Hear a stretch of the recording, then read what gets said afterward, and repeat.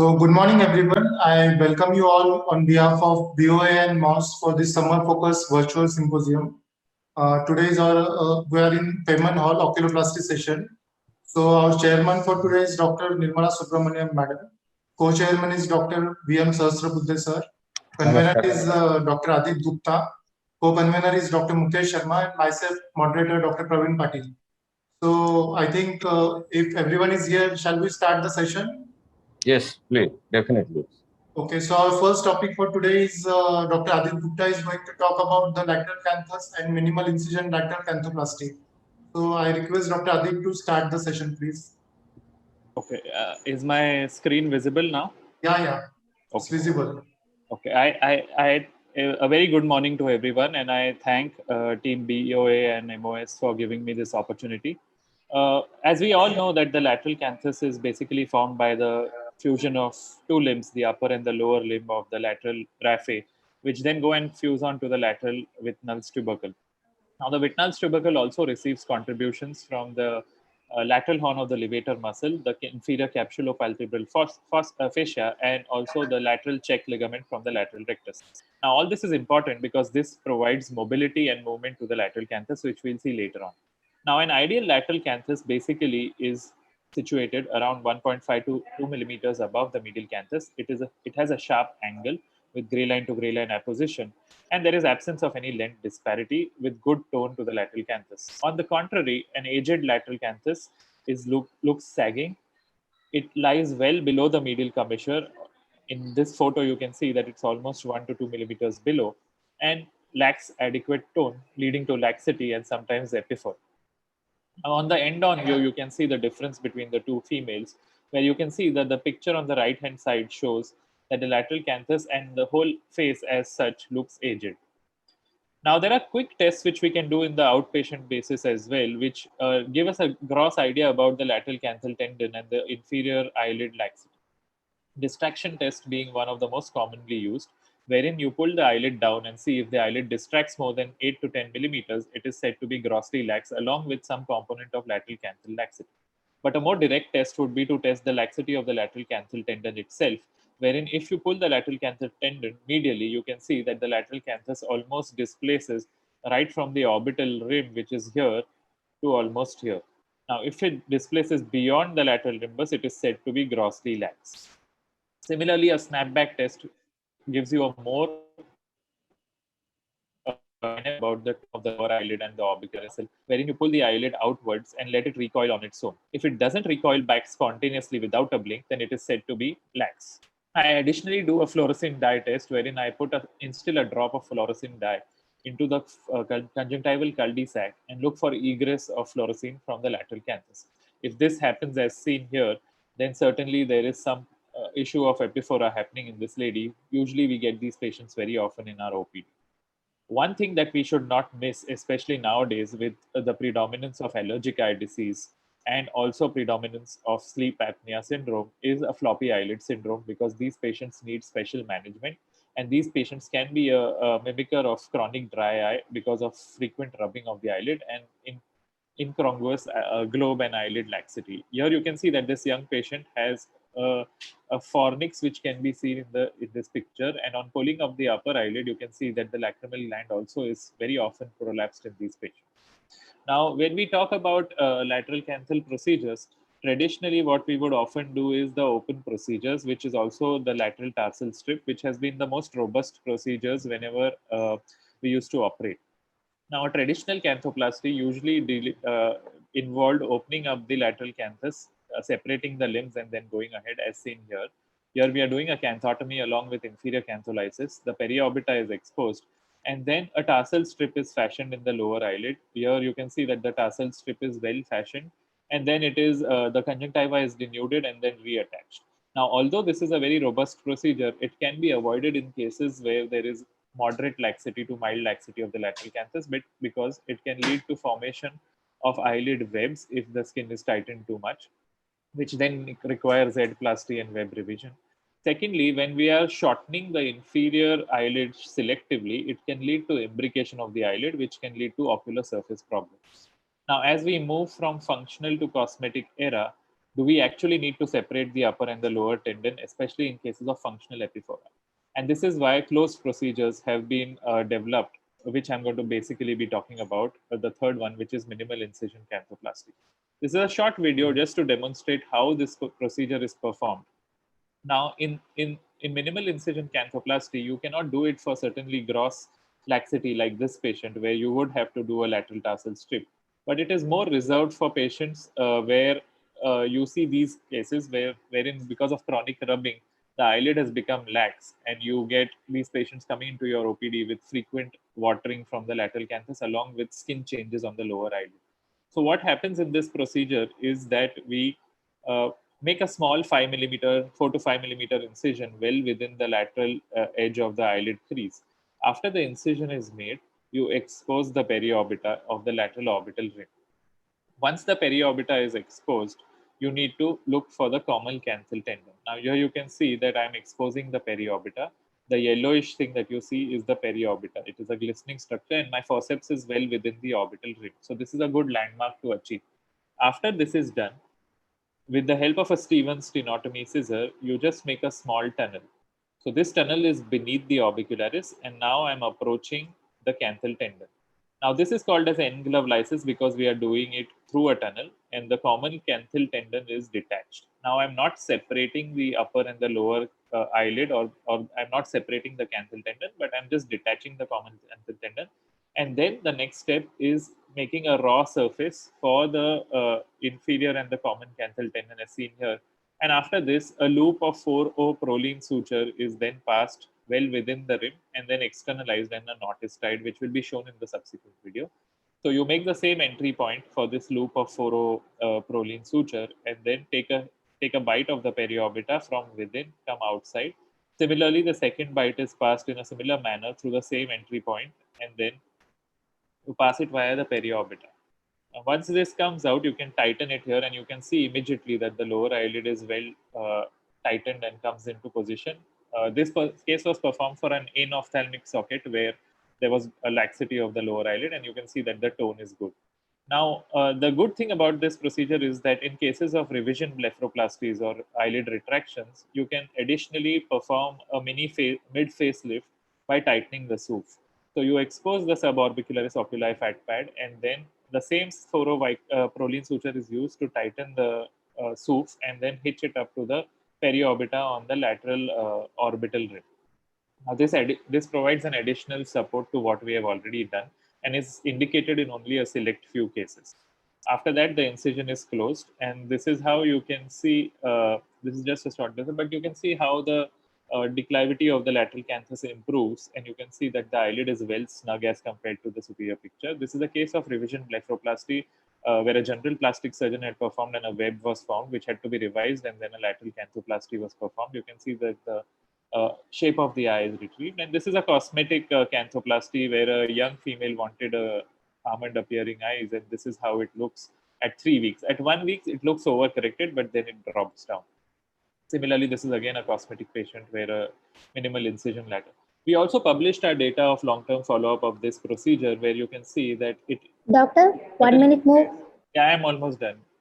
So it certainly stays. The mean follow-up in this was more than a year, and you can see that all the lateral canthal height as well as the inferior scleral show stays improved in these procedures even 1 to 2 years after follow-up. This is a small descriptive picture collage which shows the same results. Obviously, these procedures where we lift are going to sag down because it's a rule of gravity. So I expect that after 5 to 10 years, this might have to be revised if the patients desire.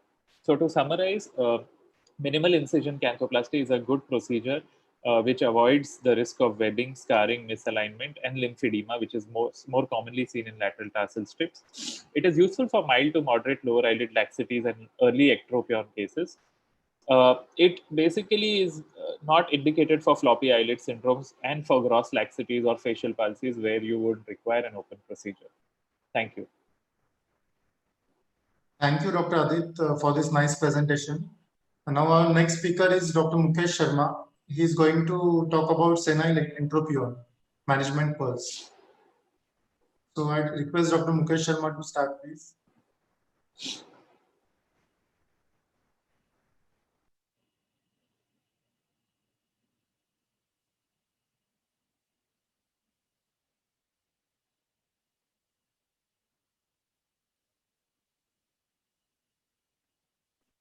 Good morning, everyone. My screen is visible to you? Yes, sir. Yes, sir. All right. So at the outset, I'm thankful to BOA and also to Sumit for having me here. Today, I shall be speaking on lower lid entropion, which is a fairly common condition.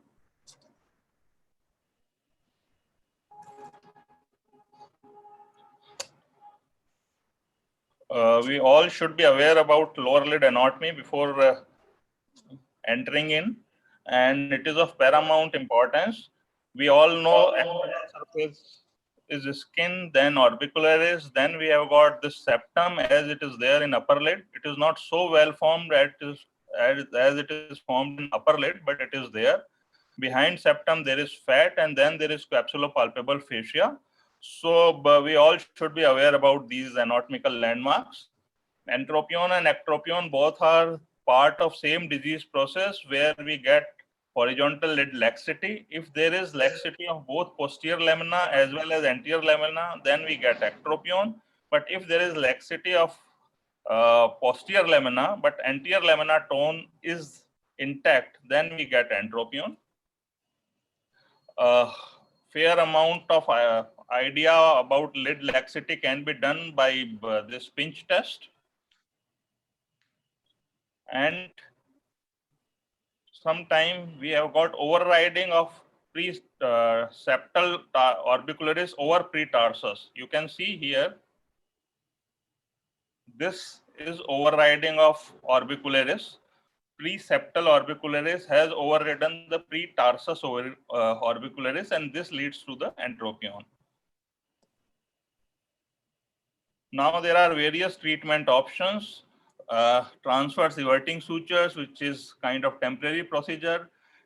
When it is combined with the incision in the conjunctiva, then it is known as Weiss procedure. Then we have got Quickert procedure. Again, the extension of same procedure.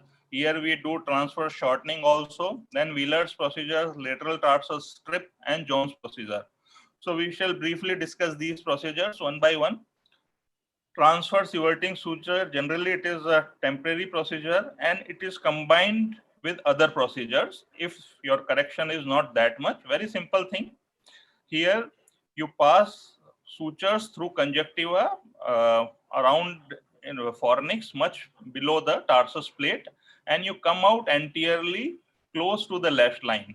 So when you tighten these sutures, you get eversion of lid. So this is a very simple procedure, and you pass such 3 sets of sutures. When there is transverse split of lid along with these everting suture, then it is known as Weiss type of procedure.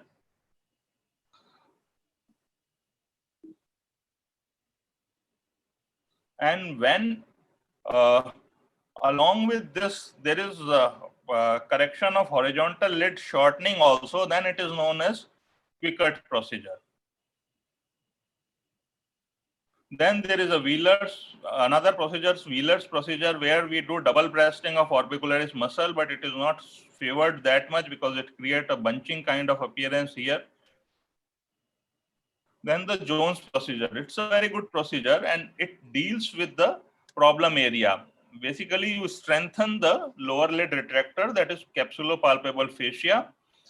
Only thing is that wherever horizontal laxity is too much, then we have to go for LTS, lateral tarsus strip. Otherwise, this is a very good procedure. I'll show you a brief video about it.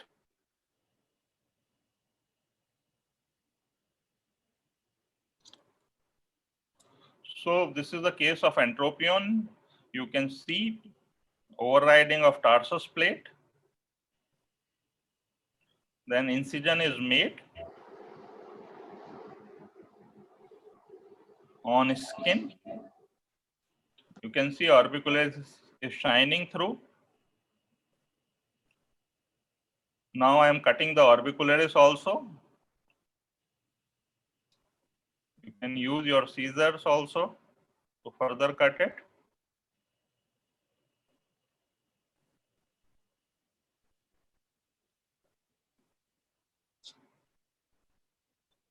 So you have cut skin and orbicularis. Now you will reach onto the septum. So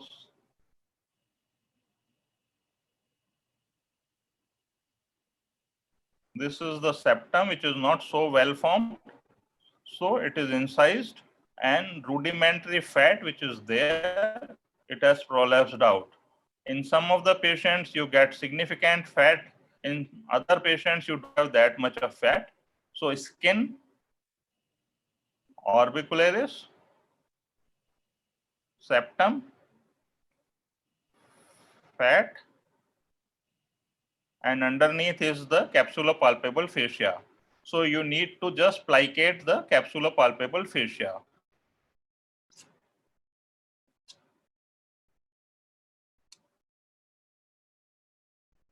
So again, the septum, fat, and capsulopalpable fascia. So what is done is that you just plicate the capsulopalpable fascia by passing 3 or 4 vicryl sutures. Again the same. So a vicryl suture is passed posteriorly, then you take one bite anteriorly. You also include orbicularis into it.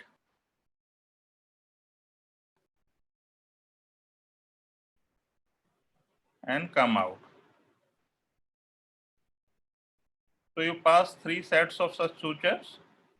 Just measure your tightness. And finally, you also resect out some amount of skin and orbicularis. And this is your final appearance. So this is a very simple procedure and works well in many cases. Wherever there is horizontal lid laxity, which is not so severe, then it can be done. Then the LTS procedure, lateral tarsus strip, generally it is combined with the transverse everting sutures. So it is a procedure of a kind of choice in all cases now, ectropion as well as entropion. So what is done here is, you can see some laxities there. So you just detach your lower lid, cut the lateral canthal tendon,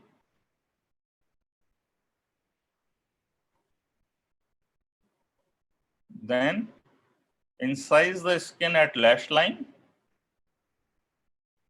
So you are preparing a strip of tarsus plate, and you will have to remove epithelium from all sides. So this strip is fashioned here. Now the superior epithelial surface is removed so that there will not be any granulomas. Now you reach periosteum.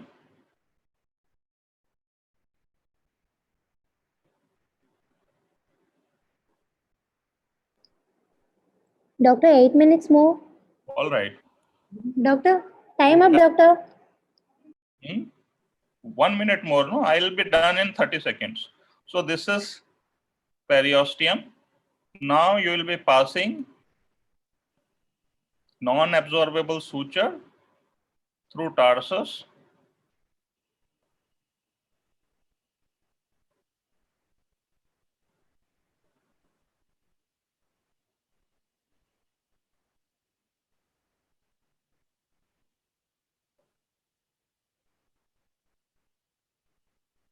And then through the periosteum.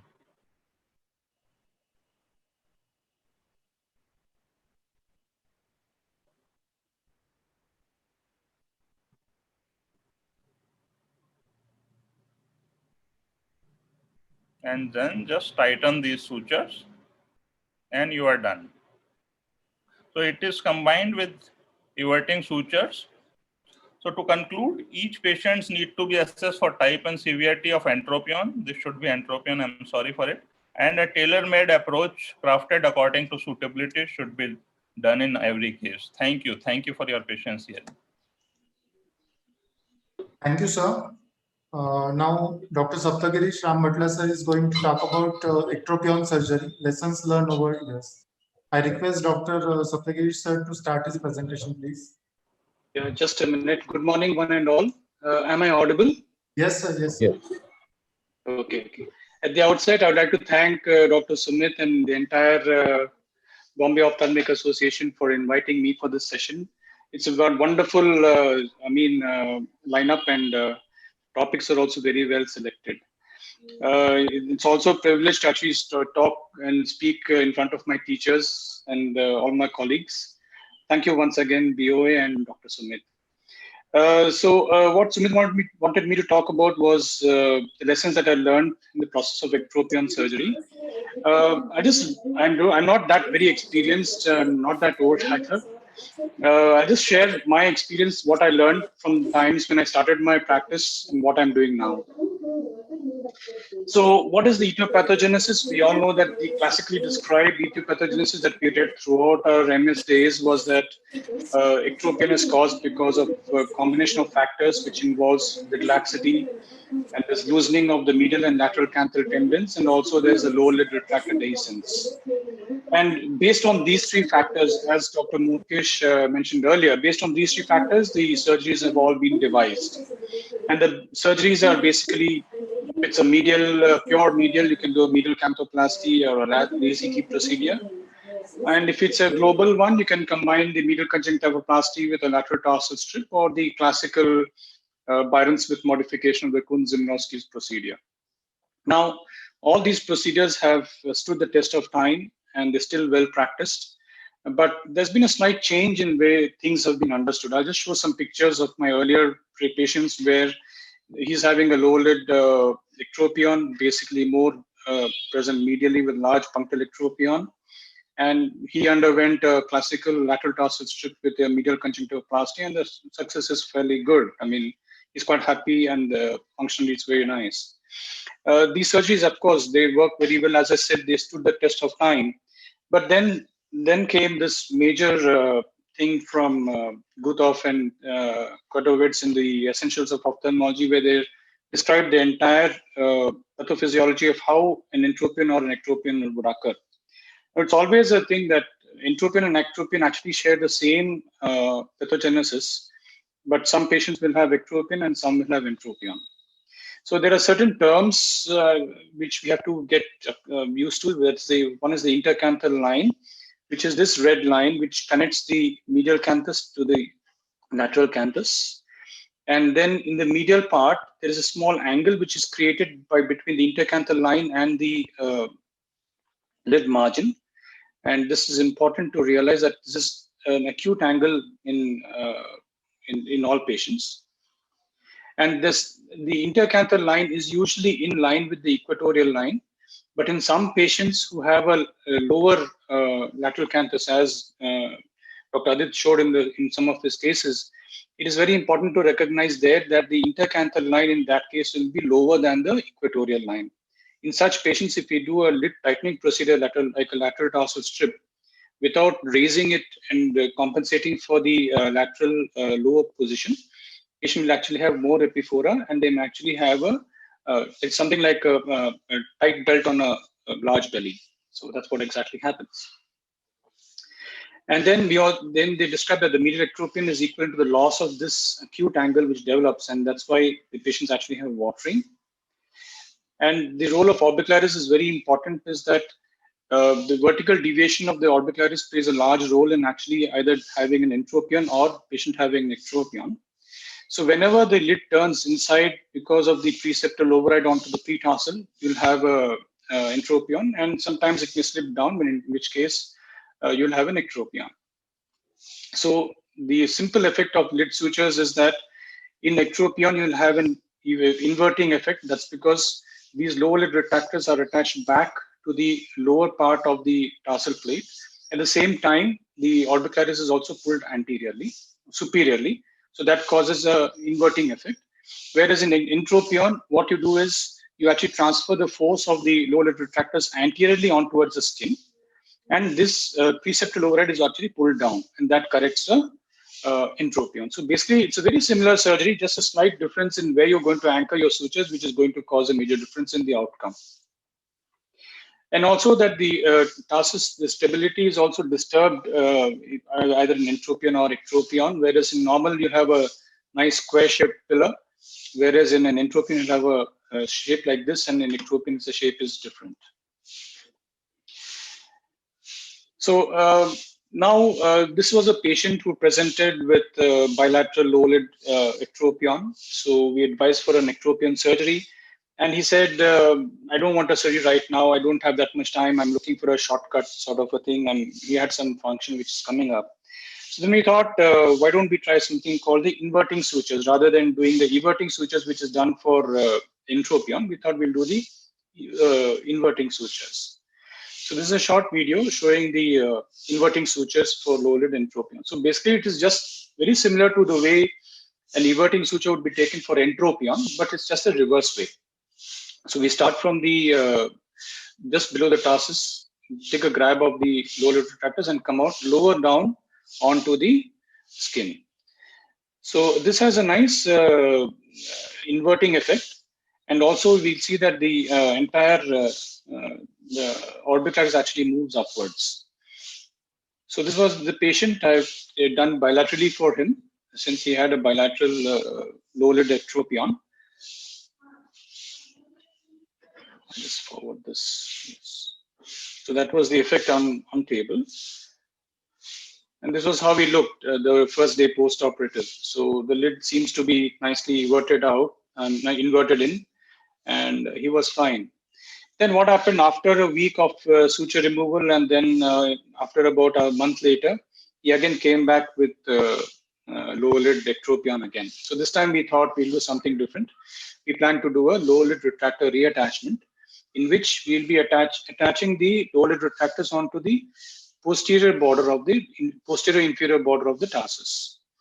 So a standard lateral canthal incision with a inferior canthotomy and cantholysis was done.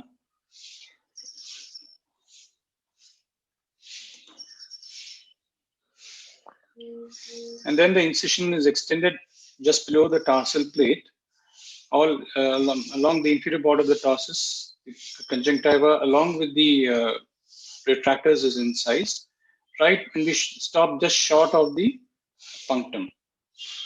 Because if you go tend to go beyond the punctum, that will be much more overcorrected, and the anatomy is little more difficult to disinsert there.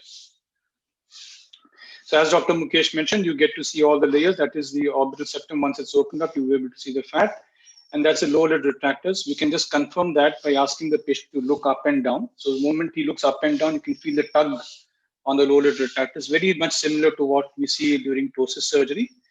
And here, I'm just taking bedded knots to anchor the lower lid retractors back onto the posterior and inferior border of the tarsus. I've taken just 3 such with 6/0 vicryl. And the conjunctiva need not be closed separately, because it just attaches back onto the posterior border. Sometimes if you find that there's a lot of dehiscence of the conjunctiva and the fornix is also not very well formed, we can also close the conjunctiva with 6/0 vicryl such that the knots are placed inside. And once I've taken 3 sutures here, and then I'll be anchoring the canthal tendon back to its place. In this can also be combined with a lateral tarsal strip, but in this patient I did not have to do a lateral tarsal strip because there's not much of lid laxity as such. So I just had a canthus forming suture and just anchored that canthus back to the periorbita.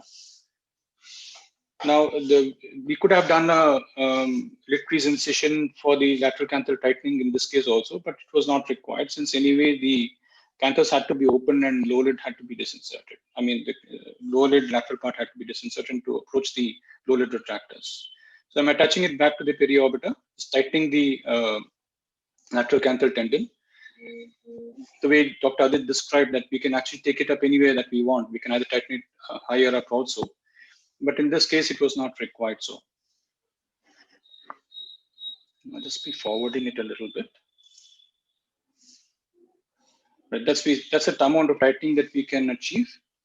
And once the tightening is done, we close the wound accordingly.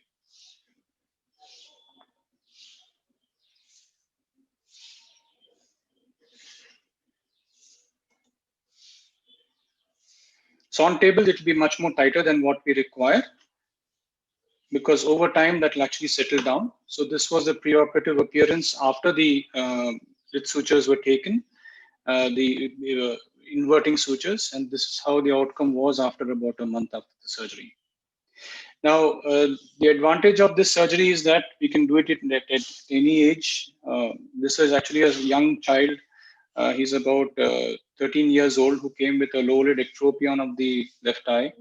And we did the same surgery for him, and it had a very favorable outcome. So nowadays, I've moved on from doing a simple LTS with a medial conjunctivoplasty. Not that it doesn't work. It does work wonderfully. But after a good understanding of the exact pathogenesis of entropion and ectropion, I feel that this is a much better surgery, and it corrects all the factors which actually cause either entropion or ectropion. And the same surgery can be done for entropion too. The only difference is that in ectropion, we attach it to the posterior and inferior border, whereas in entropion, what we do is we have to advance the lower lid retractors onto the anterior surface of the tarsus or onto the lower lid crease. That corrects the entropion. So it's a very similar surgery for either entropion or ectropion, and which has very gratifying results. And this can also be combined with a tarsal strip, or we can also do a medial conjunctivoplasty if it's a global entropion or ectropion. So that brings a conclusion to my talk, and thank you all very much. Thank you very much, Dr. Saptagiri. Thank you, Dr.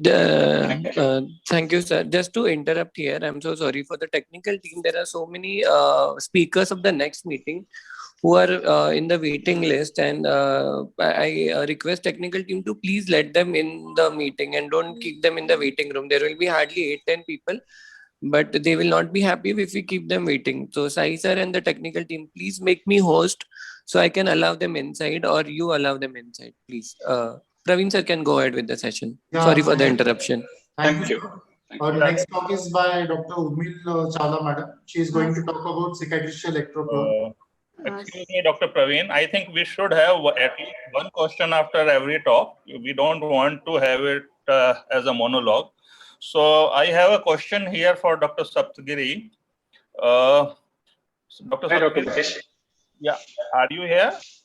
Absolutely. Yeah. I'm audible?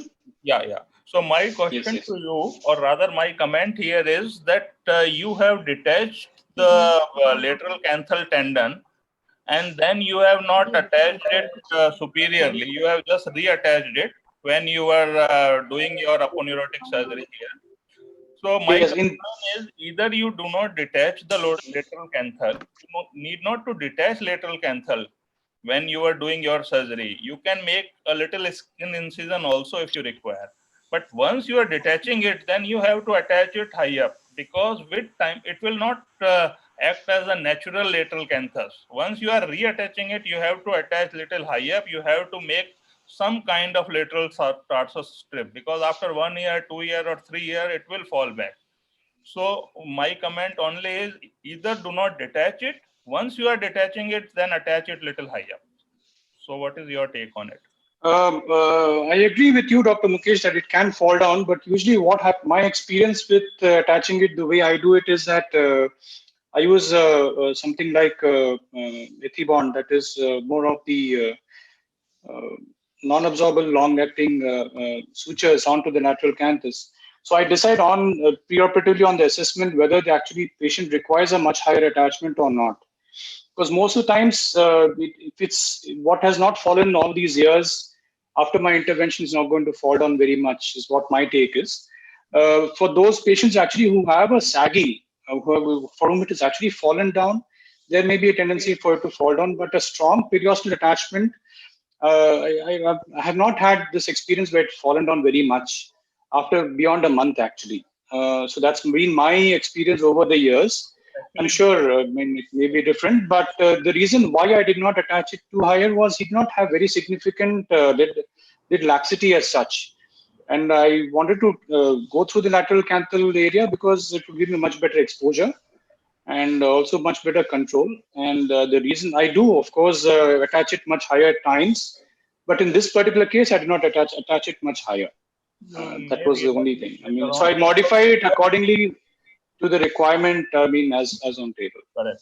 My only concern is because we are attaching it onto the periosteum, while nature attaches it with the bone. So we cannot attach it, or we do not attach canthal tendon to the bone. We attach it to the periosteum, and it has a natural tendency to fall down. Anyway, your point is well taken. So the next speaker is Dr. Urmil Chawla. We all are aware with the potential of Dr. Urmil Chawla. She is a prolific surgeon and she keeps on doing very good work.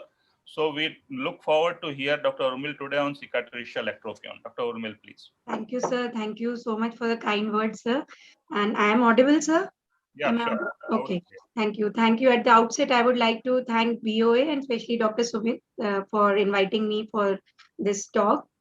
Without taking much time, I'll just go ahead with my topic, cicatricial ectropion, remodeling with 5FU and definitive management. The previous speaker, sir, has already talked about ectropion in detail. I would just go ahead. Again, it's not going. Neha?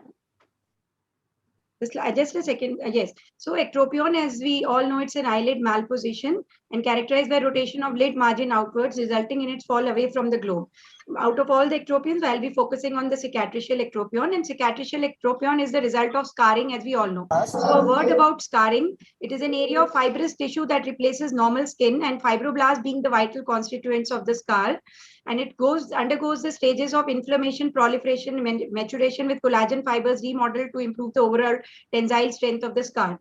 They can be mainly traumatic scars due to mechanical, chemical injury or burns, and 20% of the all scars are periorbital scars, and so the significance of cicatricial ectropion. And the consequences of these scars can be physical, aesthetic, psychological, social, and emotional, and hence the need of understanding and managing them with the goals of relieving the symptoms, reducing the comorbidities, decreasing the scar volume, and maximizing functional and cosmetic outcomes. Especially the periorbital scars, they are aesthetically disfiguring, they cause functional loss of eyelids, and are a challenge. And as we all know, besides the other complications of this scarring, cicatricial wound healing occurs, and especially when it is present in the lower lid, it commonly leads to cicatricial ectropion, though it can be present in lower or upper, but lower has been found to be more common. And it is usually associated with shortening of the anterior lamellae. Clinical consequences can be keratitis, scarring of the cornea and conjunctiva, globe perforation, and blindness. So we can go ahead as soon as the patient presents it with us. Initially, we can go with the medical management of lubricating eye drops, horizontal taping of the lid, hyaluronic acid filler injections can be given. But scar modulation is one of the very good ways by which we can start with the treatment, and we get very good results, which I'll be sharing. Medical, as I told you, lubrication, plastic dressings, all these things, but we have to be careful, especially in patient with corneal epithelial defects and prior herpes simplex infection. There we should not be using steroid containing ointments. So coming to the scar modulation part, there are various natural therapies which are available, like onion extract, honey, and all, but these have not picked up too much. So the various other therapies to prevent scarring are the intralesional corticosteroid, laser therapy, bleomycin, interferon, 5FU, botulinum, and a long list. I'll be concentrating on 5FU with my experience. It is a pyrimidine analog or anti-metabolite. Irreversible inhibition of enzyme thymidylate synthase occurs, and it inhibits the DNA synthesis. It reduces the fibroblast proliferation, and inhibition of collagen type 1 production is there, and laterally it causes reduction in the scar formation. Only works on metabolically active and proliferating cells. No collateral damage of surrounding cells is there. It halts the rapidly proliferating fibroblasts, and in this way scar degradation is promoted. It is otherwise an anti-cancer drug, systemically used for anal, breast, and other cancers, and topically also used. In ophthalmology, its use is an off-label use. Initially, it was started with the use in trabeculectomy, then OSSN, and nowadays for reducing scars. It is contraindicated in debilitated patients and other bone marrow suppression and pregnant. There are side effects, but these are few. I have yet to come across very few side effects. I would say pain, itching, burning, stinging. They are not at all significant, and the uncommon ones I have yet to see. Only I have seen one telangiectasis patient. The literature also says that 5FU can be used as a safe and probably more effective than other options in the management of cutaneous scars. There have been comparison between 5FU alone and corticosteroids, triamcinolone acetonide, and also combination. Again, combination is found to be more effective.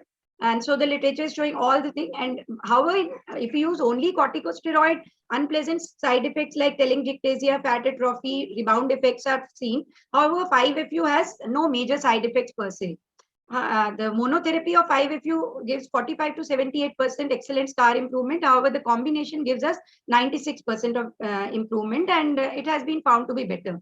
I'm sharing my experience with you with individual 5FU being used. This is the way we use it. It's very simple technique, can be used by anybody. Patients are given 0.4 to 0.6 ml of 5FU injections subcutaneously, 3 injections every 4 weeks. Maximum 6 injections can be given. Initially, we give lignocaine injection around the periorbital scar. This is followed by a 5FU in a 1 ml syringe, and all around the periorbital scar area we can inject this. If the scar is bigger in size, we can take a little more amount, and all around we can just inject it in the subcutaneous area. At each visit, the patients are evaluated for redness, swelling, and tissue inflammation, and this way these injections are repeated after every 4 weeks. The outcome indicators were the subjective assessment, the Vancouver SCAR scale is used, digital photographs are compared, and adverse events are checked. I'm sharing you cases which I have treated with 5FU. You can see the amount of cicatricial ectropion that has improved, the contour. Again, in this patient, in mild to moderate cases, you can see the improvement in the scar volume also overall, and the medial scar contracture has also reduced. This was a patient who had lag of thalamus, and after 2-3 injections, we were able to give her a relief, and lag of thalamus was improved. The scar in all the mild to moderate cases, in few I have not even been requiring any further treatment. The ectropion part has been relieved. You can see in this the contour over the lower lid.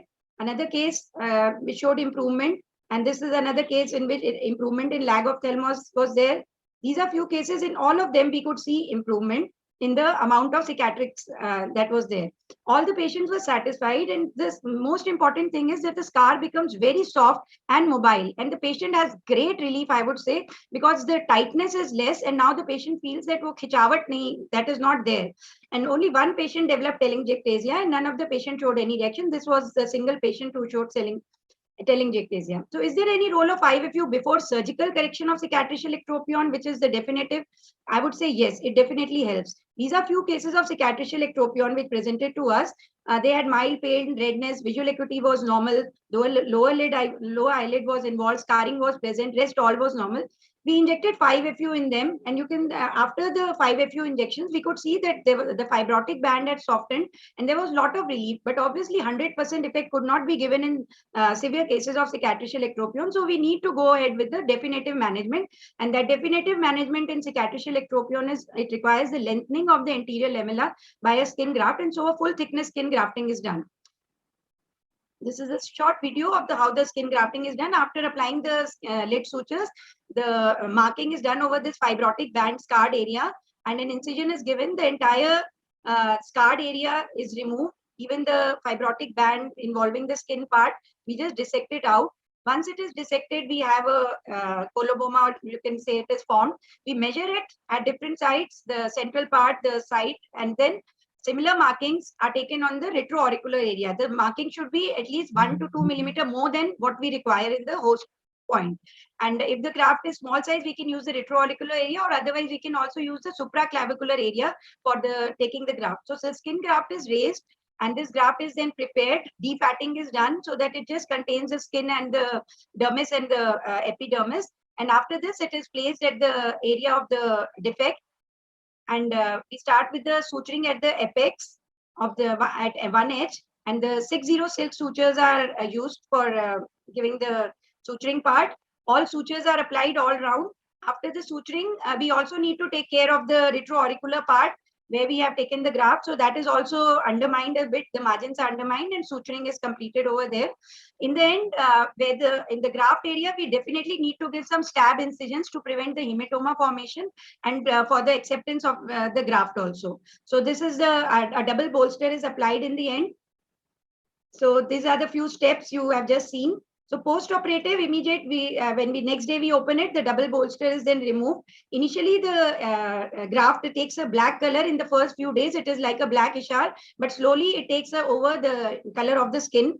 This is another case where 4 weeks. This is another case where we could get improvement in the ectropion part. These are few cases. In all, we could get the improvement. This is one case where along with FTSG, I had added an LTS because the droop was a little more on the lower lid. So the only FTSG was not helpful. So a lateral tarsal strip can be added to the procedure to give a better contour to the lower lid. Ectropion surgery, as we know, it is safe and effective. Recurrence can be common even after the grafting procedure. Possibility of local post-op bleeding can be there. So my take-home message would be that 5FU alone or 5FU along with TCA is efficient, safe, cost-effective, reduces the cosmetic blemish. Right now, I'm doing a thesis on the combination comparison of 5FU alone with 5FU combination. So initially, I shared with you my own experience with 5FU, but definitely the results with combination are slightly better. And finally, the definitive treatment of full thickness post-auricular skin graft in severe cicatricial ectropion. It provides good cosmesis and relief from the symptoms and early prevention of exposure keratitis secondary to ectropion. Thank you. Thankful to my team and especially acknowledged to Dr. Khurana sir and Dr. Jyoti who were part of my team in working on this. Thank you so much. Thank you, Dr. Urmil. Very nice talk.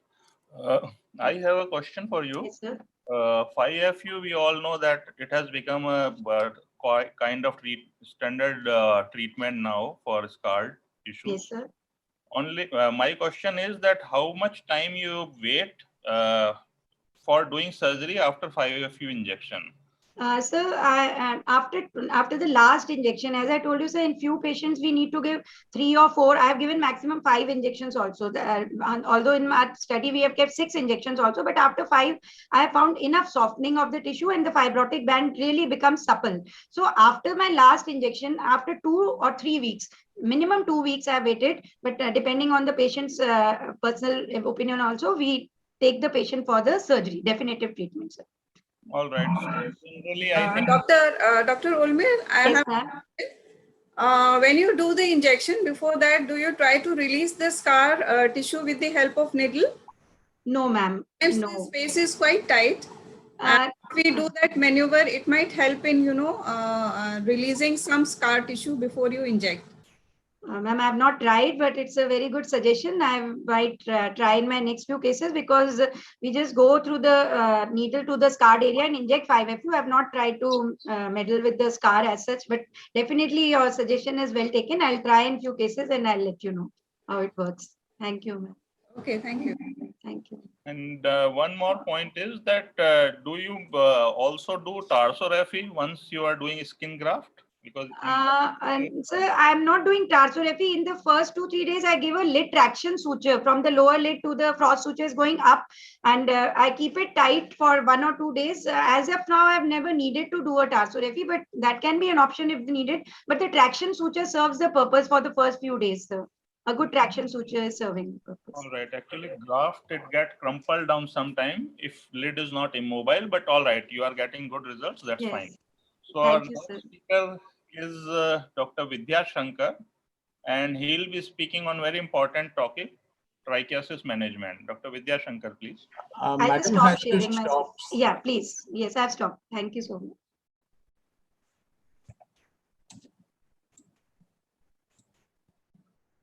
Good morning, everyone. Good morning. Well, thanks for BOA, for the POS, as well as for all the delegates and faculty who have come amongst this bad COVID times. Till now, 22% of oxygen was there in the air, but even that is being insufficient for all of us. So actually, there is a saying that familiarity breeds contempt. We have been taking the atmosphere for granted. So that's why probably in the similar way, even a small lash also can be quite getting us into a lot of trouble. That's why basically we are trying to have this particular session. If you are seeing over here, the mighty tiger will easily pounce on the small monkey which is going here and there. The monkey also knows its limits, but even then is able to trouble the mighty tiger. So this small lash also sometimes gets us quite intrigued, gets us quite debilitated, and we are not able to perform our daily duties. So we are over here in order to treat that. So trichiasis is basically the small lash is getting misdirected and it is growing from the anterior lamella. These are basically because of trachoma, herpes zoster ophthalmicus, many of the autoimmune diseases, could be even post-surgical. If you have not redone the lid margin properly, also iatrogenic trichitis can happen.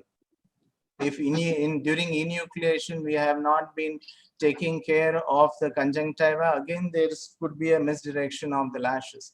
During chemical injuries, thermal burns, mechanical, as well as in small children, when there is an extra fold of skin giving rise to an epiblephron, there can be a misdirection of these lashes. So basically, all of these lashes will give rise to a intense foreign body sensation, epiphora, inflamed conjunctiva.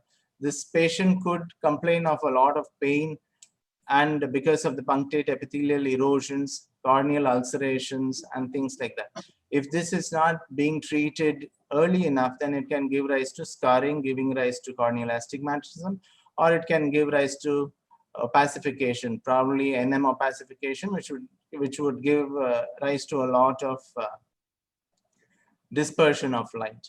So whenever we have this particular problem of misdirected lashes, which is getting into the eye and causing a problem, all of this, we just pick it out. During the OPD, we just put in a swab stick with a little paracaine exactly at the base of that lash, and we just mechanically remove it.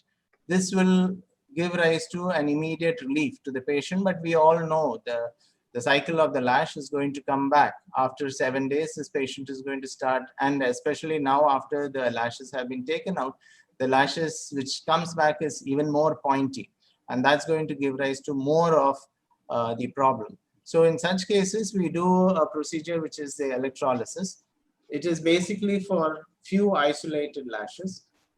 What we generally use is an electrocautery using the radio frequency procedure. We are able to take off these lashes when we push in this needle through the opening of the lash right up to the base. So the other forms of treatment are cryotherapy, argon laser ablation. This, of course, with cryotherapy, there is a segmental, is for treating segmental trichitis, a double freeze thaw cycle, 90% success rate, but it can give rise to a lot of lid scarring if it is not done properly. Argon laser ablation are done in few centers, but most of the places it is a radio frequency electroablation which we use for the treatment of this trichitic lashes. The idea of my book is it's a practical book. I think somebody has much unmuted. place to the research or references. It is meant for surgeons who can see it, read it, I can inspire hear it, and something can else use it in also. practice. So please concentrate on practical points only. The references you can give is suggested reading in the end. Thank you very much. So when we take care of this lid margin repair, sometimes if you have not done the proper repair, this lashes itself could be going inside. So doing a good lid margin repair is going to prevent this. When we are seeing in this picture, there are a lot of lashes over here. This is a kissing nevus, but even nevertheless, there are lashes present over here which are going and irritating the cornea. So in such cases, we take off the entire, we will have to reconstruct the anterior lamella as well as the posterior lamella. Over here too, a similar procedure is done, and we are able to give rise to a good reconstruction in the medial aspect. When we talk about districhiasis is an additional row of lashes, but I have just put it in over here so that we can understand that if there are going to be multiple lashes which are going and rubbing against the cornea, we can take care of the similar thing as well. This is a procedure wherein multiple lashes are turning inside. So we basically try and disconnect between the anterior and the posterior lamella. The anterior lamella is the skin and the orbicularis. Posterior lamella is the tarsus which you are seeing. Once we have been able to disconnect between the two, double freeze thaw of the posterior lamella and then reattaching the anterior and posterior lamella is what we are doing over here.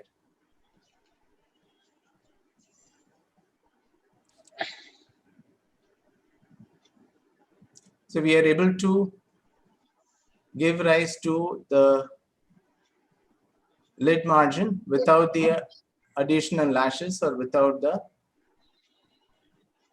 lashes which are penetrating into the eye, rubbing against the cornea and causing a problem. I would end with this slide.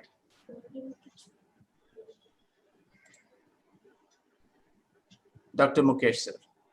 Yeah. Well, thank you, Dr. Vidya. It was a nice talk. So, what is your procedure of choice for few trichiatic lashes? Like you have enumerated all the procedures. So, what do you feel is the procedure of choice? If there are a few misdirected lashes, an electrocautery should be more than sufficient. But the only thing is, when we are doing an electrocautery, we have to make sure that we are not charring up the anterior lamella. That will give rise to more of a problem. If there are multiple, probably 5 or 6, and if they are closer together, then the double freeze thaw works well. All right, but there are issues with cryo application. There will be scarring later on, and sometimes a regular lid margin may be there. All right, so point well taken. And please stop sharing, Dr. Vidya. Now we have next speaker is Dr. Neelam Pushkar. She is professor at Dr. RP Center, AIIMS, a very good surgeon and a close friend. We were batchmate during our postgraduate days. So it's always a pleasure hearing Dr. Neelam.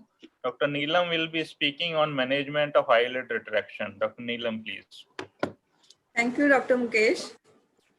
Good morning, everyone. I'll be talking about management of eyelid retraction.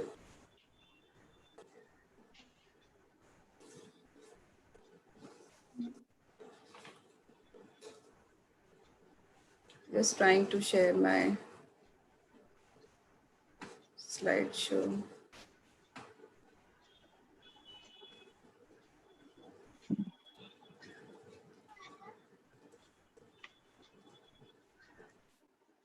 Good morning, everyone. So, eyelid retraction, as we know, is a relative condition where the eyelid does not rest at a position considered normal for a particular population, or if there is a presence of asymmetry more than 1 millimeter in eyelid position with scleral show.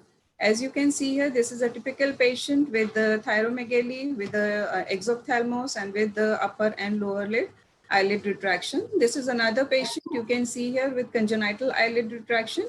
He also had high myopia. So coming to some common causes. So amongst congenital, generally it is the primary cause in which the lid retraction is there since birth and it is stationary. And amongst the acquired causes, we all know we come across thyroid eye disease, sometimes overcorrected ptosis. There can be compensatory lid retraction in patients with ptosis, or it can be because of trauma, or in long-standing facial palsy, we can see lid retraction. So if we divide the lid retraction according to the lamella affected, it helps in deciding the management for us.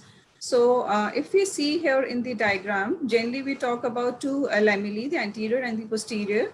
But as we go slightly higher up in the lid, we have 3 lamellae, the anterior, middle, and the posterior lamellae. And depending on those 3 lamellae, we can decide what is the cause, and accordingly we can treat the patient. So anterior lamella, as we know, is basically skin muscle layer. So, so the causes are basically burns or trauma or any chronic dermatitis. And we all know when there is shortening of the anterior lamella, we need to augment this with the skin graft or with the flap. This is a patient who had thermal burn, very typical symmetrical, and you can see there is ectropion with lid retraction. And the treatment done in this was the skin graft was taken from the post-auricular area, and you can even appreciate the graft area in this particular patient. So coming to the posterior lamellar pathology that can lead to lid retraction. We know the posterior lamella is basically tarsoconjunctival layer, and various cicatrizing causes, especially we see in younger population, is SJS, and in older population it is because of trachoma. It can be there because of burn. So we know that if there is a posterior lamellar shortening, we need to augment the posterior lamella with some mucosal graft. And lip mucosa is the mucosa of my choice, which I generally use for lengthening the posterior lamella. Though cartilage graft, hard palate graft, and many more grafts are described. And this is how we place the graft in order to lengthen the posterior lamella. We place it in between the tarsal border and the retractor like this as shown. This can, similarly, it is done in the upper lid also. So coming to the middle lamellar pathology, this is, I think, the most common pathology which we come across. The major chunk of lid retraction we see, they are basically because of the middle lamella being involved, that is thyroid eye disease. So we need to understand that middle lamella, it basically consists of levator Muller complex and septum in the upper lid, inferior retractors and septum in the lower lid. And causes we all know, commonest is thyroid eye disease, but it can be post-surgical overcorrection in ptosis patient or because of some cicatrization condition. This is a very typical case you can see of thyroid eye disease where there is bilateral exophthalmos with lid retraction. This is another patient who was operated in right eye, and you can see that there is overcorrection of the ptosis in this. And this video I'll be showing in a short while from now. So evaluation of a case of lid retraction is very important to look for the cause. In cause, basically, we need to see whether it is the anterior lamella or the posterior or the middle lamella, which lamella is affected so that we can decide the nature of surgery. Then if it is a recent onset kind of, lid retraction, we should give some time for the lid to stabilize, especially in patients with thyroid eye disease or in patient, in a child who is born with, retraction. So we should first investigate and let the lid stabilize. Then it's very important that we understand the normal position of the lid so that we know what lid retraction is. Normally the lower lid, it rests at the lower limbus, and the upper lid, it rests around 1.5 to 2 millimeter from the superior limbus. Now grading of upper eyelid retraction and lower eyelid retraction is given by Waller. And if we see according to the severity, the mild retraction is 1 to 2 millimeters, moderate is 2 to 5 millimeters, and severe is more than 5 millimeters. And severity of the lower eyelid retraction, mild retraction is 1 to 2 mm, moderate is 3, and severe is more than 3 millimeter lid retraction. Now, talking mainly about how to, weaken or lengthen the middle lamella to correct the lid retraction. So for the mild retraction, generally, less invasive surgeries like LPS weakening by tarsotomy, this video I'll be showing, a very simple procedure. And or you can do Muller's excision. We know that Muller's muscle helps in lifting the lid by 2 millimeters. So we expect at least 1 to 2 millimeter, droop in the lid after the surgery. Or we can do LPS recession without cutting horns. But for moderate retraction, we generally have to do a combination of these technique, above mentioned technique. Or we can also do levator marginal myotomy. Or we can do LPS recession, but cutting horns, especially the lateral horn, if there is lateral flare, is very important. And along with that, you can put, suspender sutures or adjustable sutures. But for severe retraction, that is more than 5 millimeter retraction, along with the recession, it's always better to put spacer because this will give you more predictable results. Or in very, very severe retraction, like say 10, 12, even more than that millimeter of retraction, transverse blepharotomy has been described in patients with thyroid eye disease. Some cases now, this patient was basically a case of congenital upper lid retraction, as you can see here, 3 millimeter retraction. In this, Muller's excision was done with tarsotomy and conjunctival approach. Most of the cases I do by conjunctival approach. And in this, basically post-op day 1, we always expect some ptosis. If it is equal, that means your surgery has probably failed. So we expect ptosis in the post-operative period. So like in this patient, there was a ptosis, and this is 10 months after the surgery. This is another case of euthyroid ophthalmopathy. You can see that though the patient was euthyroid, but the presence of lateral flare along with the lid retraction is very important sign which suggests towards thyroid eye disease. So this patient had 2 millimeter of lid retraction, and this Muller's excision was done. And along with that, cutting of lateral horn was very important to take care of the lateral flare, as you can see here. The picture here, you can see this is the Muller muscle, which is around 10 to 12 millimeter in height. This is being excised. This is a transconjunctival approach being used. And here you can see the cutting of the lateral horn. You should cut it nicely, properly till the superior fornix, taking care of the lacrimal gland. So this is, we see severe doses in this particular patient on post-op day 1. And this is 1 month and this is 2 month follow. This was the pre-op. Then another case of eyelid retraction because of overcorrected ptosis. I'll be showing video. In this patient, basically the lid retraction or the difference between two eyelids was 2 millimeters. And in this, one more thing you must notice is that the lid crease was quite lower down, 2 to 3 millimeter from the lid margin, as you can see more clearly over here. So in this, even the shifting of lid crease was required. So this is a video showing the simple procedure which can be done in patients with mild lid retraction also otherwise.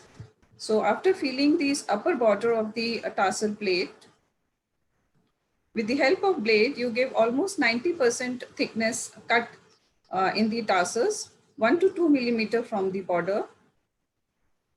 This has to be given through and through, and the two portion of the tarsus should be completely separated throughout. And since this was a case of operated ptosis, so there was fibrosis in this. So I'm using this sharp dissection over here, but generally this is not required otherwise. And you can see that underneath the tarsus, you can see the muscle over here.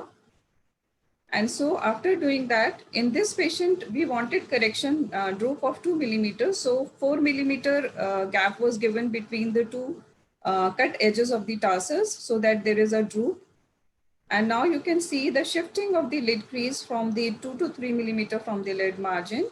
And this is a double arm suture I am using here. So this is the gap you can see, around 4 millimeter gap was left between the tarsus. And this very close to the previous one. I'm taking out the suture. This is 60 silk I'm using here. Similarly, other two sutures were also taken out. Now you can see the shift of the lid crease from 2 to 3 millimeter. It is now say around 6-7 millimeters away.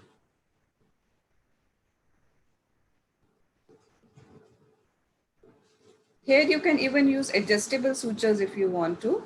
And this is a traction suture which I use in all my patients with lid retraction.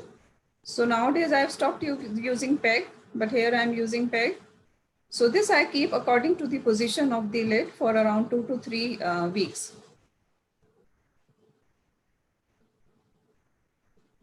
So this is the pre-op picture you can see here. This is the lid crease pre-op, and this is the post-op group.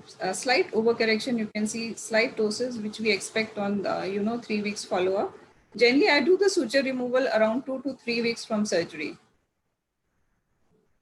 This is very interesting article I wanted to share, in which the orbital septum was used as a spacer between the levator and the tarsus. This was a turnover orbital septal flap technique with levator recession, which was done in patients with thyroid eye disease in 12 eyelids. In this, what was done was the orbital septum was cut from the orbital rim, and then it was flipped down. And along with that, the levator was disinserted from the tarsus, and then the septum was used as a spacer between the levator and the upper border of the tarsus. And in this, authors, they found 2.5 millimeter reduction in the palpable aperture using this technique. So the septum is something which is there in these patients, but then we should remember that in thyroid eye disease, we do expect some thickened, septum, but otherwise in a normal person, the septum is not that thick. So this was one of the limitations which even the authors, they had written. So on the same principle, what I did was in one patient, I used Muller's as a, spacer. Summarize, Dr. Neelam. We are running short of time. Okay, so basically in this, what I did was Muller's muscle I took as a spacer between the LPS and the tarsus. This is a patient with 3 millimeter retraction. This is the post-op immediate, and this is 2-3 months after the surgery, you can see. This is a report of where the labial mucosa was used as a spacer by me and reported in 4 cases. And this was in severe eyelid retraction cases. And we found that this really works very well. This is the picture from the same publication. You can see pre and the post-op. This is a lower lid, pre and post-op. And this is just to show how the mucous membrane graft was placed between the LPS, and this edge was sutured to the tarsus, and the sutures were taken out from the desired level of the lid crease. This is 20 millimeter of the mucous membrane graft was taken in this in a ratio of 1:2. And this is the post-op picture lower down. Sometimes there can be persistence of, lateral flare in these patients as complications. Size of the spacer depends on the graft which we use. Generally, I use lip mucosa in a ratio of 1.5 to 2 millimeters. Again, to highlight, if there is lateral flare, you cut the lateral horn nicely and keep graft slightly, larger size than the medial side. Temporary procedures include injection Botox, like in this patient with upper lid retraction. You inject 2 to 3 millimeter from the superior border of the tarsus, say around 5 to 15 units of Botox can be used. Basically, you have to inject in the center and the lateral part, and this is after injection. Rarely tarsorrhaphy we need to do in patients like this with malignant exophthalmos. So basically, lid retraction has numerous etiologies. Complete evaluation and thorough knowledge is very important. Written informed consent and explaining the complication and risk involved should be done nicely so that patient knows the exact result what they expect. Thank you so much. Thank you, Dr. Neelam, for such holistically covering the topic. Now I'll invite Dr. Vikas Menon. Vikas Menon, we all know, is a very good surgeon and also a thorough gentleman. So today, Dr. Vikas Menon will be speaking on management of SJS. Dr. Vikas, please. Good morning, sir. Hi. Thank you, Dr. Mukesh, for the kind introduction, and thank you, BOA, for having me. Can you see my screen? Sure. Okay. Let me just please go start the slideshow. So can you see the slideshow? Is it coming as that? No. Okay, now it is, yes. Yeah. So I'll be talking about SJS. Now it's a very vast topic and 8 minutes is less a time to cover everything. So I'll just confine myself to the practical aspects and the things which we actually do and go less into the theory of the problem. Just to give you a basic idea that SJS or TEN, that is toxic epidermal necrolysis, is kind of a same disease, but if less than 10% of body surface area is involved, it is known as SJS. But if it is more than 30% of body surface area involved by the blistering disease which affects the skin and mucosal membranes, then it is known as TEN. And the etiopathogenesis, we all know it's an immune mediated process. Sometimes it has underlying genetic implications as well. And there are various immune reaction triggers which can actually stimulate the immune system to go into a reaction which is so fulminant. Most commonly what we see are drugs, and most commonly out of all these drugs, with the list which you can see on my screen, are sulfonamides, or more commonly anti-epileptics like carbamazepine. So these are the drugs which we see most often leading to SJS or TEN like a syndrome. Although there are other factors also which have been reported, but less commonly. So SJS, if we want to understand basically how to intervene, when to intervene, and what to do, we have to understand what stage actually the patient is coming in with. So if we have a patient which is coming in within the first 2 weeks of onset of the problem, that is the stage when the condition can be called as an acute SJS stage. Now, when the patient is in acute SJS situation, patient usually requires an ICU setting, and a team of people, physicians, ICU specialists, critical care specialists, dermatologists working on the patient, because it's a generalized disorder where the skin is getting sloughed off. In the first 2 weeks, the eye is not so badly affected. What you see is usually bilateral conjunctivitis in most of the cases, but in some cases you do see corneal or conjunctival ulceration. This is a child who presented with an acute stage of SJS lying in ICU. You go there and examine such patients. So what you can do in such a situation is basically intervention at this stage is kind of a preventive therapy to avoid or to prevent further more damaging sequelae of the inflammatory response that is happening in these patients. So if in such cases, what you do is, sorry, the slide. So basically what you need to do here in such a situation is putting amniotic membrane graft. By releasing whatever symblepharon formation has occurred, you can simply remove it with the help of a earbud or maybe a glass stick. You can just remove all the symblepharon because they are still fresh, and cover the entire ocular surface, including the lid margins, with an amniotic membrane graft. The amniotic membrane serves as a barrier to prevent symblepharon formation, as well as it also has certain growth factors which aid in the epithelial healing. Then there is the subacute stage, which is the next stage where you have a smoldering kind of chronic cicatrizing conjunctivitis. At this stage, you may see some amount of trichiasis happening. The surface is not so bad, the lid margin is not so bad, but there is trichiasis and there are irregular lid margins here. But more often, when we see these patients, they have already entered the chronic stage. And in these patients, the lid sequelae are seen in about 35% of SJS patients. And these have chronic dry eyes. They have variable amount of symblepharon formation. There can be a bit of fornicial shortening as well. And there will be destruction of limbal stem cells. All these lead to a lot of scarring on the eyelid tissue and damage of the normal anatomy of the eyelid. So here you can see in this photograph, there is total destruction of meibomian gland orifices. And the meibomian gland orifices, instead of being as prominent openings, here they are just like flat, basically scarred out areas, and you have a lot of distichiatic cilia growing in there. You invert the lid and you see variable amount of cicatrizing changes happening on the tarsal conjunctiva as well. So in more chronic cases, you may see patients coming with cicatricial entropion, as you see in this patient with lower lid entropion on one side and trichiasis on the other side. Then in more advanced cases, what you find is deposition of keratin on the lid margins. Now, this keratin can be really damaging, especially when it is happening in the setting of an extremely dry surface.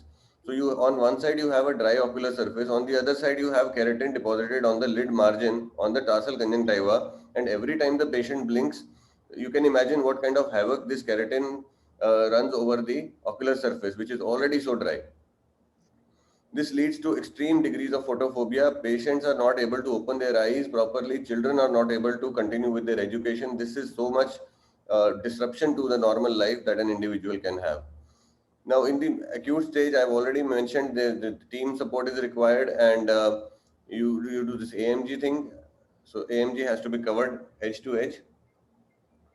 Now, there are some AMG inserters which have been developed, which facilitate the use of AMG in ICU settings.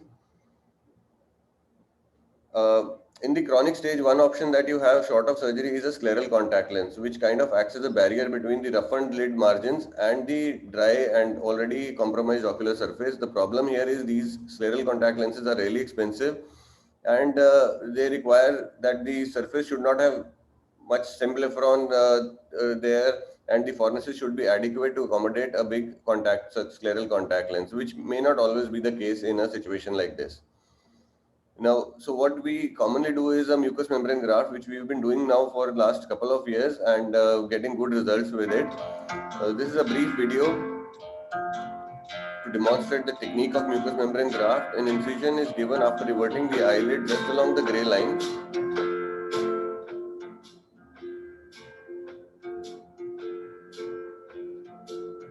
So this is, and then the incision is also extended onto the tarsal conjunctiva to include all of the keratinized tissue. So the purpose here is to remove the entire keratinized rough conjunctiva from the tarsal surface, remove a part of the lid margin which is also affected, and subsequently replace it with a smooth lining provided by the buccal mucosa. You have to go very gently here, and the section has to be very meticulous and gentle. It requires a lot of patience, takes a lot of time, because you don't want to actually damage the eyelid margin. because if you damage the eyelid margin, then there are more chances that you may end up with inflicting more entropion on the patient.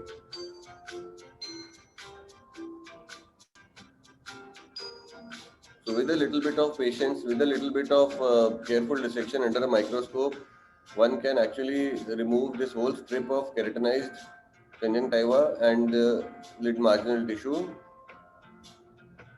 Once both upper and lower lids, or whichever lid is predominantly involved, once you've done that, remove that lid of all the keratinized tissue, then buccal mucosal graft is taken. We all are familiar with techniques of taking the buccal mucosal graft.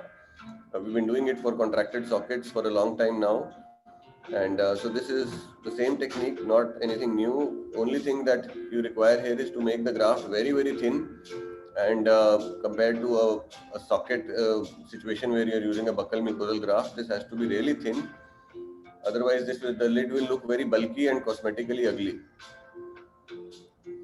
And then you place the buccal mucosa over the lid margin, and with running, buried, interrupted, continuous sutures on the lid margin side, then these are interlocking sutures that we use on the lid margin side, and the posterior part of the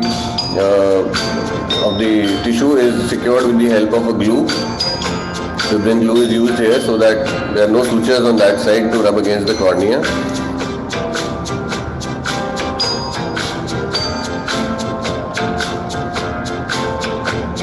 So this is how we secure the lid margin graft using a buccal mucosa in place.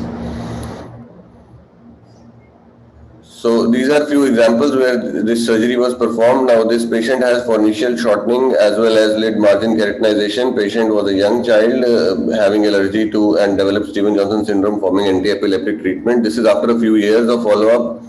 The lid margin remains smooth, pink, and the surface is much better. Another patient who had severe photophobia, unable to open the eyes, significant amount of keratinization, and after buccal mucosal graft as well as tarsal fracture to relieve the entropion, the patient is able to open the eye comfortably and go about her normal education and schooling in a normal way. Another patient who has a significant amount of roughness on the edges caused by Stevens-Johnson syndrome. You can see a lot of keratinization. Again, after a few years, you can see how well the surface, the lid margin now looks after being replaced by a buccal mucosal graft. The lower lid of a patient who is having this keratinization on the lid margin, again you replace it with a buccal mucosal graft, and this is after a few months of the surgery. You can see how smooth the buccal mucosa looks on the lid margin, and even look at the ocular surface. The inflammation has gone down, the congestion has gone down significantly, and the patients are much more comfortable after the procedure. However, there can be few complications which one must be aware of before starting this procedure. Number one, you can cause ptosis if you are going further away and disinserting levator. Then thick grafts will cause cosmetically unacceptable appearance of the eyelids. The grafts may not always take up well on the bed, particularly if your grafts are not properly sized or they are not thin enough. Sizing is very important of these grafts in such situations. And graft shrinkage, though rarely seen, can happen. Entropion or ectropion can also be seen as a complication. So another significant problem that we see in these patients is entropion. Now, entropion can be difficult to treat in patients of SJS. So one of the methods is this, that you can split at the gray line, advance the posterior lamella and recess the anterior lamella, and cover the advanced tarsal edge with mucous membrane graft at the same time that you are planning to do a buccal mucosal graft. Another technique is that you do tarsal fracture. So once you have done a buccal mucosal graft, so you wait for some time for the graft to take up, and then you can proceed with a normal tarsal fracture, which you would do in any other entropion situation. This actually works for even these more severe kinds of entropions, because now you've covered the graft, the surface with first with the smooth buccal mucosa, and after some time then you are doing it as a routine elective procedure to correct the entropion. So both the elements of a rough lid margin as well as entropion are taken care of. So in tarsal fracture, we evert the eyelid and we give an incision about 2 millimeters away from the lid margin through the tarsal plate. And then we pass 3 everting sutures from the tarsal plate to emerge on the skin side. So there are 3 such sutures used. And you can tighten them on the skin side and get the eversion that you want of the lid margin. The tarsal fracture can also be used in situations like this where the lower lid is predominantly affected. So this is a patient who underwent tarsal fracture for the lower lid. So to conclude, the eyelid changes in SJS remain difficult to treat and there is no single perfect solution. So you have to actually think for the patient whenever he's sitting in front of you and plan your strategy accordingly. You may have to proceed, perform more than one surgery. And a lot of patience is required on your part because the surgery itself is long, that mucous membrane surgery, as well as for the patient also, he has to make frequent visits and a lot of psychological counseling is required for these patients, which should not be ignored. So this is one such patient who was not able to open the eye at all, but after MMG and entropion surgery subsequently, she is able to manage. Thank you very much. Thank you, Dr. Vikas. We all know SJS is a very difficult entity. These patients are really very difficult to manage and you require to do extensive surgeries.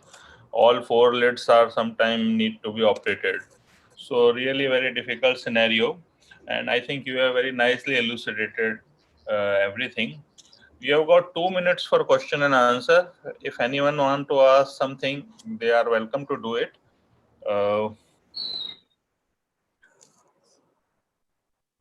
Dr. Vikas, like Yes, in acute cases of SJS, when do you perform this surgery, mucous membrane graft? Like how much time you wait before doing this particular surgery? Sir, it depends on when the patient comes to you. Normally, when the patients come to us with a lot of keratinization, that is when we perform this surgery. And this usually, such patients will come after a few months have passed from the time of acute stage. At least 3 to 6 months have passed. Most of these patients will give a history of SJS around 6 months back. So that is the time when they start having these problems more. That is when they have this keratinization, the entropion, this kind of problem happens. And that is the time when you need to perform this surgery. In acute stage, the surface is not so bad, and that is the time when you can just manage with an amniotic membrane graft. All right. So my question was that suppose patient has reported to you immediately after SJS. So like what will be your preferred mode of treatment? Like first you will go for amniotic membrane, or you would like to wait till keratinization is occurring, or you will preempt the keratinization by doing MMG first? Yeah, amniotic membrane, at an early stage, amniotic membrane graft, copious lubrication, use of topical steroids can actually prevent further more devastating complications. So if a patient comes at a very early stage, then in the acute stage, yes, the lubrication, topical steroids and more conservative measures help. And amniotic membrane graft does help, and it can prevent the more severe keratinization and disturbance of the lid margin subsequently. So at that stage, it is about AMG and lubricants. In our experience, at least AMG does not really help. We have to go to MMG or mucous membrane graft. But yes, in a very acute case, immediately, I think that's the only modality of treatment. Yeah. So we have had a very nice session and very all the speakers, they did justice with their talks. So with this, we come to the end of our session. I thank everyone for attending the session and for participating in this.